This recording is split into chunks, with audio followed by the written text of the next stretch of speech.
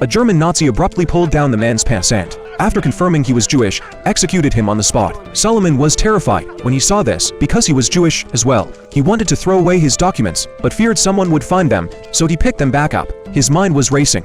And when the Germans approached him, he spoke in German and claimed he was a German who had escaped.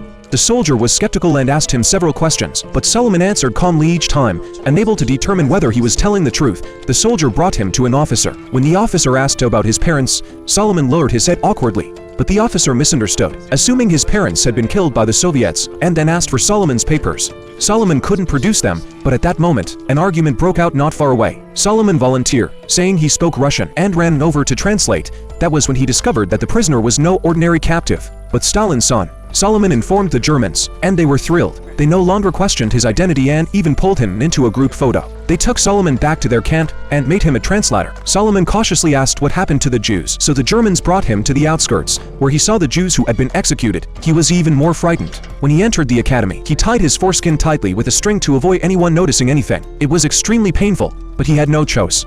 During a training run, the string came loose. He covered himself tightly, and everyone assumed he was injured, so they sent him to the infirmary. But Solomon couldn't tell the truth. He lied and said he had a toothache. After examining him, the doctor extracted a perfectly healthy tooth. But the ordeal didn't end there, because Solomon skipped the physical inspection.